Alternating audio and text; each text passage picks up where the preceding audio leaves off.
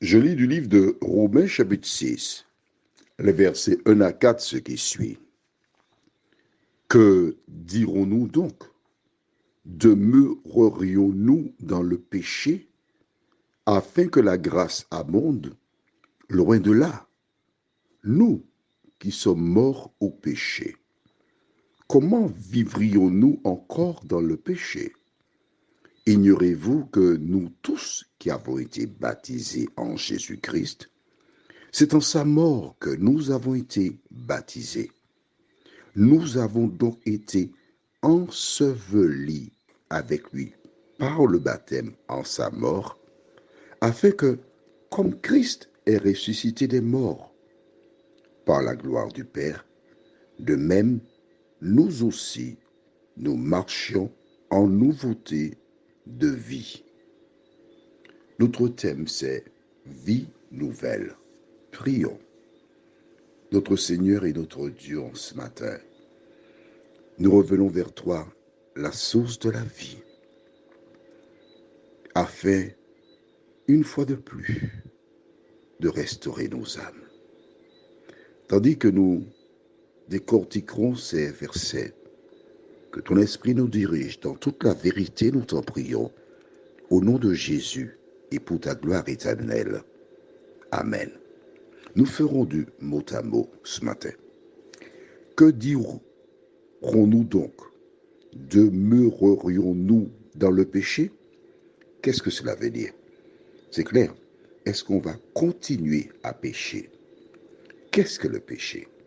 1 Jean 3, verset 4 déclare, « Quiconque pêche transgresse la loi, et le péché est la transgression de la loi. » En clair, cette partie du verset 1er dit que nous ne pouvons pas continuer à violer la loi. C'est clair pour toi? Alors, des gens disent que nous sommes sauvés par grâce. Alors, ils continuent en disant, afin que la grâce abonde, loin de là. C'est pas ça du tout. Nous qui sommes morts au péché, c'est-à-dire nous qui avons décidé de ne plus pécher, de ne plus violer la loi de Dieu, de ne plus faire le contraire de ce que Dieu indique. Comment vivrions-nous encore dans le péché? C'est-à-dire comment pourrions-nous vivre en désobéissant à la parole de Dieu? Ignorez-vous que nous tous qui avons été baptisés en Jésus-Christ, c'est en sa mort que nous avons été baptisés. C'est-à-dire que lorsque tu acceptes Jésus, tu es conscient que le Jésus qui est mort sur la croix, c'est toi qui devais être sur la croix. Donc tu es mort puisque tu as accepté Jésus. Ensuite, nous avons donc été ensevelis. Qu'est-ce que ça veut dire, ensevelir quelqu'un? Lorsqu'une personne meurt, on la met dans un cercueil ou dans un drap ou dans un sac, qu'importe. Mais on doit la mettre dans la terre, l'ensevelir ou encore l'enterrer. Quand on est baptisé, on est plongé dans l'eau et l'eau devient une tombe liquide. OK? Par le baptême en sa mort, afin que comme Christ est ressuscité des morts par la gloire du Père, de même nous aussi, nous marchions en nouveauté de vie. C'est-à-dire que lorsqu'on sort de l'eau, on s'engage à marcher en nouveauté de vie. Très important. Lorsque tu es baptisé, c'est le début d'une relation avec Jésus. On va prendre une métaphore. Tu ne savais pas conduire, tu n'as jamais conduit finalement, après beaucoup de cours finalement, tu as le permis et tu commences à conduire. Quand tu tiens le volant, tu l'étranges toujours, tu n'as pas encore la dextérité.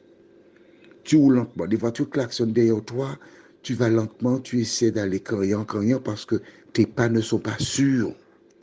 Tu peux éventuellement faire un petit accident, ça peut arriver. Et au fil des jours, la conduite devient meilleure. Tu roules tout petit peu plus vite. Tu peux dépasser des voitures. Tu ne provoques plus d'embouteillage interminable. Pourquoi? Parce que tu progresses. Ce n'est pas après le baptême que tu es transformé comme un coup de baguette magique. Cela peut prendre du temps, mais ne te décourage pas. Continue à garder tes yeux sur Jésus, comme le jeune chauffeur, tu roules lentement et au fur et à mesure, ça ira. Ne te laisse pas décourager par quiconque, mais si d'aventure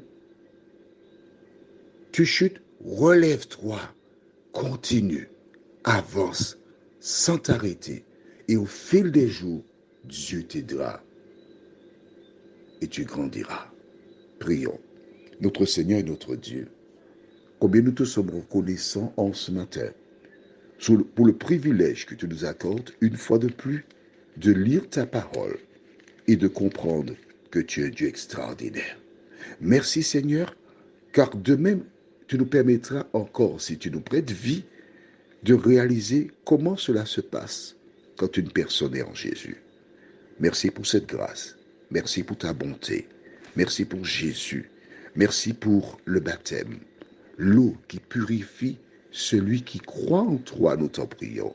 Au nom de Jésus et pour ta gloire éternelle. Amen. Je te souhaite une bonne journée.